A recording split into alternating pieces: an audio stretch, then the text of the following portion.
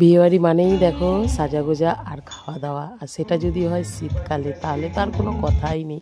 এখানে আমরা সবাই পুরো রেডি হয়ে একটু ছবি তুলে নিয়েছি সবার সাথে, যেহেতু সবাই মানে যারা যারা আসছে তাদের সাথে তোলা হয়ে গেছে। তারপরে চলে গেছি এই যে কফি আর পকোড়া খেতে। এখানে ছিল ভেজ পকোড়া, চিকেন পকোড়া না হলে ভালো লাগে না, যাক ভেজ পকোড়া ভালোই ছিল, কফিটাও ভালো ছিল।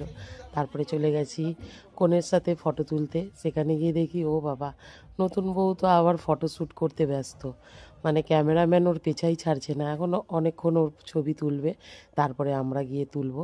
ততক্ষণ আমি একটু কফি খেয়ে নিলাম।